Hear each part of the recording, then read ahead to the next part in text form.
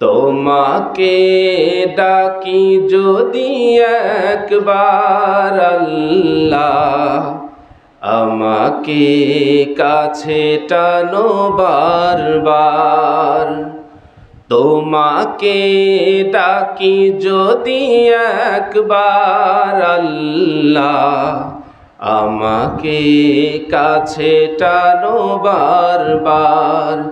যদি পথ ভুলে যাই আমাকে দিও ঠাই, দিও দিশা এইটুকু আবদার আল্লাহ, আমাকে কাছে টানো বারবার।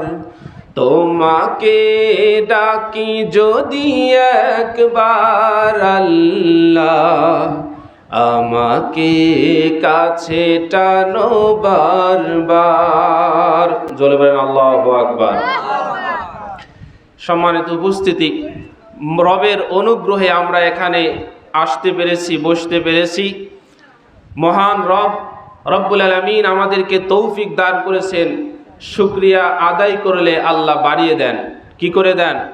বাড়িয়ে দেন। এখানে বসে যদি আপনি শুকরিয়া আদায় করেন, আল্লাহ এরকম জান্নাতের বাগানে বারংবার বসার তৌফিক দান করবেন। আপনি সারা দিন খান, ভালো পোশাক পরেন, ভালো কিছু করেন, এতে আল্লাহর কিছুই আসে যায় না। আল্লাহর ধনভাণ্ডার থেকে কোনো কমতি নেই, কোনো কিছুই কমবে না। কিন্তু আল্লাহ কি চান? আল্লাহ কি চান? আল্লাহ চান আপনার সামনে খাবার, এই খাবারটা মুখে নিয়ে একমাত্র সেই মহান রবের প্রশংসা করেন। আল্লাহ এতটুকু চান। সুন্দর পোশাক পরিধান করে রবের প্রশংসা করবেন, আলহামদুলিল্লাহ, এটা আল্লাহ চান। আপনি সুন্দর করে আপনার সাধ্য অনুযায়ী জায়গা জমি কিনেছেন, সুন্দর বাড়ি করতে পেরেছেন, রব কি চায়? রব চায় যে বান্দা যেন তার জবান থেকে একবার প্রশংসা জ্ঞাপন করে, আলহামদুলিল্লাহ। সকলেই বলেন আলহামদুলিল্লাহ। আল্লাহ পাক রব্বুল আলামিন এজন্য বলেছেন, লাইন শাকারতুম লাযিদান্নাকুম, বান্দা তুমি যদি আমার নিয়ামত প্রাপ্ত হওয়ার পরে শুকরিয়া আদায় করো, তাহলে আমি আমার নিয়ামতকে আরো বৃদ্ধি করে দেব। জোরে বলেন সুবহানাল্লাহ। এই যে আপনারা সামনের জায়গা রেখে পিছনে বসেছেন, এটা আপনাদের দেখতেও মনে হচ্ছে খারাপ লাগতেছে। আমার তো খারাপ লাগছেই। যদি একটু কষ্ট করে বেয়াদবি মাফ করেন, 3 জায়গায় ফাঁকা রাখতে নেই। কয় জায়গায়? 3 জায়গায় ফাঁকা রাখতে নেই। এক, স্বামী স্ত্রীর মাঝে যখন স্বামী স্ত্রী শোবে, এই স্বামী স্ত্রীর মাঝে ফাঁকা রাখা লাগে না। কেন লাগে না? কারণ ওই ফাঁকা জায়গায় শয়তান এসে বসে পড়ে, শয়তান অবস্থান নেয়। মাঝে মধ্যে ইউক্রেন রাশিয়ার মতো যুদ্ধ লাগে, সব পরিবারেই লাগে। স্বামী স্ত্রী যারা আছে, আলেম থেকে শুরু করে একেবারে নগণ্য মানুষ পর্যন্ত, প্রেসিডেন্ট থেকে শুরু করে একেবারে কৃষক পর্যন্ত, সকল স্বামী স্ত্রীর মধ্যেই কিছু না কিছু লাগে। পৃথিবীর শ্রেষ্ঠ মানুষ মুহাম্মদ রাসূলুল্লাহ সাল্লাল্লাহু আলাইহি ওয়াসাল্লামের মাঝেও স্বামী স্ত্রীর মাঝে লেগেছে। লাগেনি এই পৃথিবীতে এমন কোনো মানুষ নেই। তো যখন স্বামী স্ত্রীর মাঝে ফাঁকা রাখা হয়, ওই ফাঁকা জায়গায় শয়তান অবস্থান নেয়। দ্বিতীয়, কাতারের মাঝে ফাঁকা রাখতে নেই। ওই যে করোনা আসার পরে আমাদের কাতারের মাঝে ফাঁকা করে দিয়ে গেছে, আর এই ফাঁকা জায়গাটুকু আর কেমন যেন আর জায়গা পূরণ হচ্ছে না। আমাদের ওইদিকে, আপনাদের এদিকে এরকম নাকি? আলহামদুলিল্লাহ, ভালো, অনেক ভালো। আমাদের ওইদিকে ওই ফাঁকা জায়গাটুকু যেন আর পূরণ হচ্ছে না, সবাই ফাঁকা দাঁড়ায়। ওই যে বদ অভ্যাসে পরিণত হয়েছে করোনা আসার পর থেকে। তো কাতারের মাঝে ফাঁকা রাখতে নেই। নবীজি বলেছেন, যেই ব্যক্তি কাতারের মাঝে ফাঁকা রাখলো, দূরত্ব তৈরি করলো, সে আল্লাহর রহমত থেকে দূরে সরে গেল। এজন্য কাতারের মাঝে ফাঁকা রাখতে নেই। 3 নম্বর হলো, যেখানে কোরআন হাদিসের আলোচনা হয় সেখানে ফাঁকা জায়গা রাখা লাগে না। ফাঁকা রাখলেই শয়তান এসে অবস্থান নেয়। এই 3 জায়গায় মাঝে ফাঁকা রাখা লাগে না। সম্মানিত উপস্থিতি, আমরা আজকে কথা শুনবো কোরআন থেকে। কি থেকে? কোরআন থেকে। আল্লাহ পাক রব্বুল আলামিন এই কোরআনকে নাজিল করে আমাদেরকে জানিয়ে দিয়েছেন যে আমি বক্তা, আপনারা শ্রোতা। আমার কিছু দায়িত্ব আছে, আপনাদেরও কিছু দায়িত্ব আছে। আমার দায়িত্ব হলো কোরআন থেকে যখন কথা বলবো তখন আমি এই কোরআনের ব্যাখ্যা করব, ব্যাখ্যা সহ আলোচনা করব এবং কোন জায়গা থেকে কথা বলছি, কোরআনের কোন জায়গা থেকে কথা বলছি আমি আমার কথার দলিল দেব এবং ব্যাখ্যা সহকারে কথা বলবো। এটা হলো কোরআনের দাবি। আর আপনাদের দায়িত্ব হলো আপনারা শুনবেন আমলের নিয়তে, ইখলাসের সহিত, অর্থাৎ একমাত্র আল্লাহর সন্তুষ্টির জন্যই আমলের নিয়তে শুনবো ইনশাআল্লাহ। আল্লাহ পাক রব্বুল আলামিন বলছেন, ইন্না নাহনু নাযালনা যিকরা ওয়া ইন্না লাহু লাহাফিজুন। আল্লাহ বলছেন, আমি কোরআন নাজিল করে দিয়েছি, সংরক্ষণের দায়িত্ব আমার।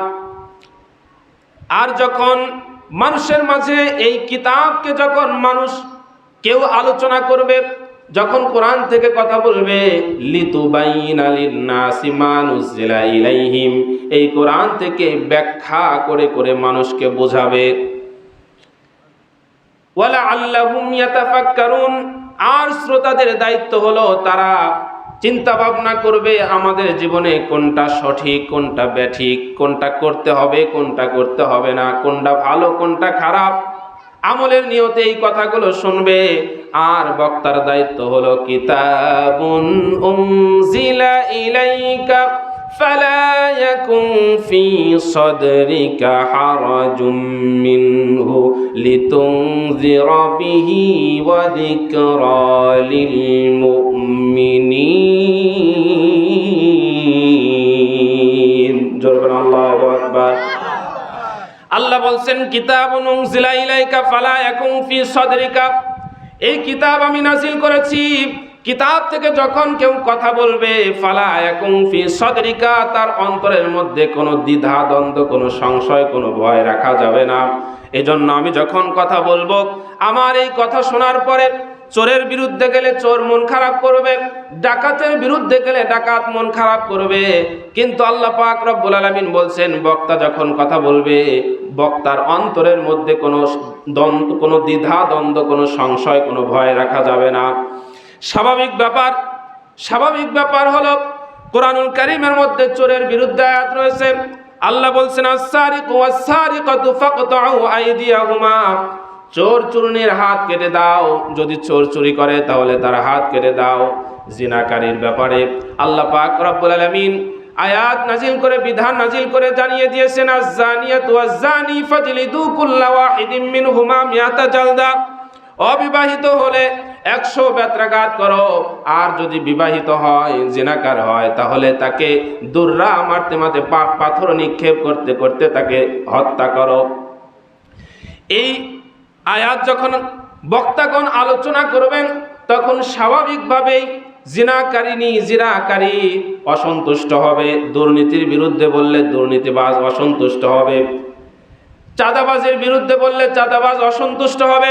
কিন্তু আল্লাহ পাক রব্বুল আলামিন বলছেন, মানুষ যতই অসন্তুষ্ট হোক না কেন, কোরআন থেকে কথা বলার সময় কোনো অন্তরের মধ্যে কোনো দ্বিধা, কোনো সন্দেহ রাখা যাবে না। এই কোরআন থেকে যারাই কথা বলবে, অন্তরের মধ্যে কোনো সংকোচ বোধ রাখা যাবে না। কারণ কোরআন চোরের বিরুদ্ধে বলেছে, ডাকাতের বিরুদ্ধে বলেছে, সুদের বিরুদ্ধে বলেছে, ঘুষের বিরুদ্ধে বলেছে, দুর্নীতির বিরুদ্ধে বলেছে। আমি কি এই আয়াতগুলো বাদ দিয়ে বলবো? এই আয়াতগুলো বাদ দিলে আমাকে আল্লাহ কিয়ামতের ময়দানে দাঁড় করাবেন। ইন্নাল্লাযীনা ইয়াকতুমুনা মা আনজালনা মিনাল বায়িনাত, যখন কোনো মানুষ কোরআনের কথাকে গোপন করে, কিয়ামতের ময়দানে তার জিহ্বাকে কাটা হবে। সম্মানিত উপস্থিতি, কোরআন মানুষের আত্মিক এবং দৈহিক রোগের ঔষধ। কোরআন থেকে কেউ যদি কথা শোনে, তাহলে তার অন্তরের যত দুঃখ, দুর্দশা, হীনমন্যতা কাটিয়ে দেবেন কে? আল্লাহ।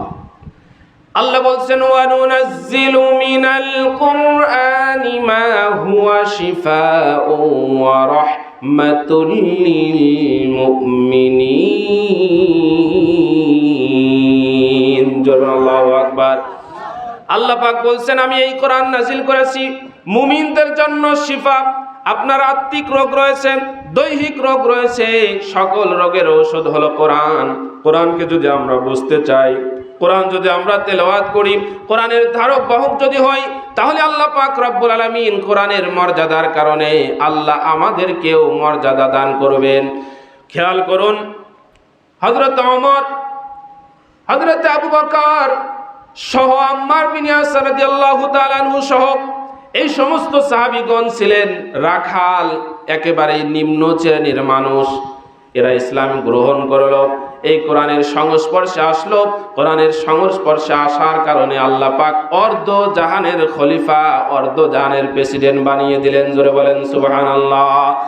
আল্লাহ পাক এর জন্য বলছেন, মা আনজালনা আলাইকাল কুরআনা লিতাশকা। হাবিব, আপনি অসম্মানিত হবেন, আপনি লাঞ্ছিত হবেন, এজন্য কোরআন নাজিল করিনি।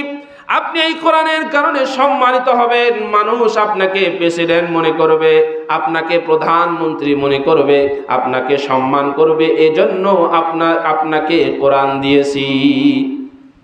এই কোরআন মানুষ যদি গ্রহণ করে তাহলে মানুষ সম্মানিত হবে। কোরআনের পক্ষে থাকার কারণে আবু বকরের সম্মান আল্লাহ বৃদ্ধি করে দিয়েছিলেন। এই কোরআনের বিরোধিতা করার কারণে আবু জাহেলের সম্মান আল্লাহ পাক একেবারে মাটির নিচে দাবিয়ে দিয়েছেন, লাঞ্ছিত করেছেন, অপমানিত করেছেন। এজন্য আল্লাহ পাক রব্বুল আলামিন কোরআনের সম্মানের কারণে মানুষকে সম্মানিত করেন। আর কোরআনের বিরোধিতা করার কারণে আল্লাহ পাক রব্বুল আলামিন দুনিয়ার জীবনে লাঞ্ছিত করেন, আখিরাতের জীবনেও লাঞ্ছিত করবেন। কোরআন পরকালে আপনার পক্ষে অথবা বিপক্ষে সাক্ষী দেবে। আল কোরআন হুজ্জাতুল লাকা ওয়া আলাইকা। কোরআন আপনার পক্ষে অথবা বিপক্ষে সাক্ষী দেবে। কিয়ামতের ময়দানে যদি আপনার পক্ষে সাক্ষী দেয়, সুপারিশ করে, তাহলে আপনাকে এই কোরআন জান্নাতে যাওয়ার আগ পর্যন্ত আপনার পাশেই থাকবে। সুবহানাল্লাহ। আর যদি এই কোরআন যদি মামলা করে, আপনি যদি কোরআনকে অবহেলা করেন, শুধুমাত্র তাকের উপরে রেখে দেন, কোরআন যদি না পড়েন, কোরআনের সম্মান যদি না করেন, তাহলে কোরআন শুধু কোরআন নয়, বিশ্বনবী মুহাম্মদ রাসূলুল্লাহ সাল্লাল্লাহু আলাইহি ওয়াসাল্লামও আমাদের বিরুদ্ধে মামলা করবেন আল্লাহর দরবারে। আল্লাহ পাক রব্বুল আলামিন কোরআনুল কারীমের মধ্যে বলেছেন, ওয়াকালার রাসূলু ইয়া রাব্বি ইন্না কওমি ইত্তাখাযু হাযাল কুরআনা মাহজুরা। আল্লাহর দরবারে মুহাম্মদ রাসূলুল্লাহ সাল্লাল্লাহু আলাইহি ওয়াসাল্লাম মামলা করবেন, বলবেন আমার এই উম্মতগুলো কোরআনের হক আদায় করেনি, কোরআন পড়েনি, কোরআন শেখার চেষ্টা করেনি, কোরআন অনুযায়ী জীবন গঠন করার চেষ্টা করেনি। আমাদের বিরুদ্ধে যদি আমরা কোরআনকে তুচ্ছ তাচ্ছিল্য করি, কোরআনকে যদি যথাযথভাবে কোরআনকে অনুধাবন না করতে চাই, তাহলে আল্লাহর নবী আমাদের বিরুদ্ধে মামলা করবেন। কোরআনের কারণে আল্লাহ পাক মানুষের সম্মান বৃদ্ধি করেন। হযরত ওমর রাদিয়াল্লাহু তাআলা আনহুর সময়ে বিন আবজা একজন দাস ছিলেন, তাকে এক জায়গার গভর্নর বানানো হলো, প্রশাসক নিযুক্ত করা হলো।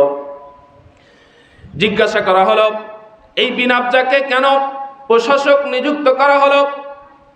নাফে বলেন, আমিরুল মুমিনিন, এই বিন আবজা তার বৈশিষ্ট্য হলো ইন্নাহু কারিউন লিকিতাবিল্লাহ, কিতাবুল্লাহর কারি, আলিমুন বিল ফারাইজ, ফারাইজের আলেম, ওয়া কাদিন, এবং তিনি কাজী। এই তিন বৈশিষ্ট্যের কারণে তাকে দাস থেকে দাস মুক্ত করা হয়েছে।